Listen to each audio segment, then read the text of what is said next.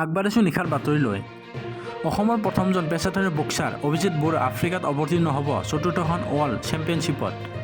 ৰাষ্ট্ৰীয় পৰ্যায়ত সফলতা লাভ কৰাৰ পাছত এইবাৰ চতুৰ্থখন আন্তৰ্জাতিক মেচ খেলাৰ বাবে আফ্ৰিকালৈ ওলাইছে যোৰহাটৰ অভিজিত বৰুৱা। বিশ্বৰ পেছাদাৰী বক্সিঙত অসমৰ অভিজিত বৰুৱাৰ অপ্ৰতিৰোধ্য জয়যাত্ৰা অব্যাহত আছে।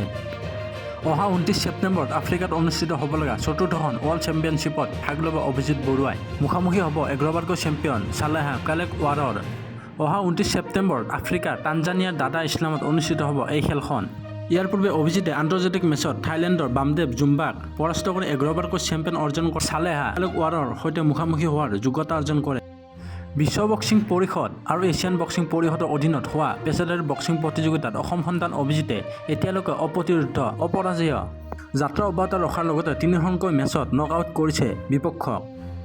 আন্তৰ্জাতিক পৰ্যায়ৰ পেছাদাৰী বক্সিঙত জীৱনৰ প্ৰথমখন খেলৰ প্ৰথম ৰাউণ্ডতে দিল্লী হিতেশ কাছানক মাত্ৰ 10 ছেকেণ্ডত নকআউট কৰি চমকপ্ৰদ কেৰিয়াৰ আৰম্ভ কৰিছিল এইজন আন্তঃৰাষ্ট্ৰীয় খ্যাতিসম্পন্ন বক্সাৰে। ইয়াৰ পিছত আৰু পাছলৈ ঘূৰি চাব লগা হোৱা নাই অভিজিতে। ইয়াৰ পাছতে উত্তৰ প্ৰদেশত অনুষ্ঠিত হোৱা ছিৰিজৰ দ্বিতীয় ৰাউণ্ডত টম তিৱাৰীক আৰু তৃতীয় ৰাউণ্ডত থাইলেণ্ডৰ বামদেৱ জুম্বাক পৰাজিত কৰি অসম তথা ভাৰতলৈ গৌৰৱ কঢ়িয়াই অনাৰ লগতে অভিজিতে পেছাদাৰী বক্সিঙত সুকীয়া স্থান দখল কৰিবলৈ সক্ষম হয়।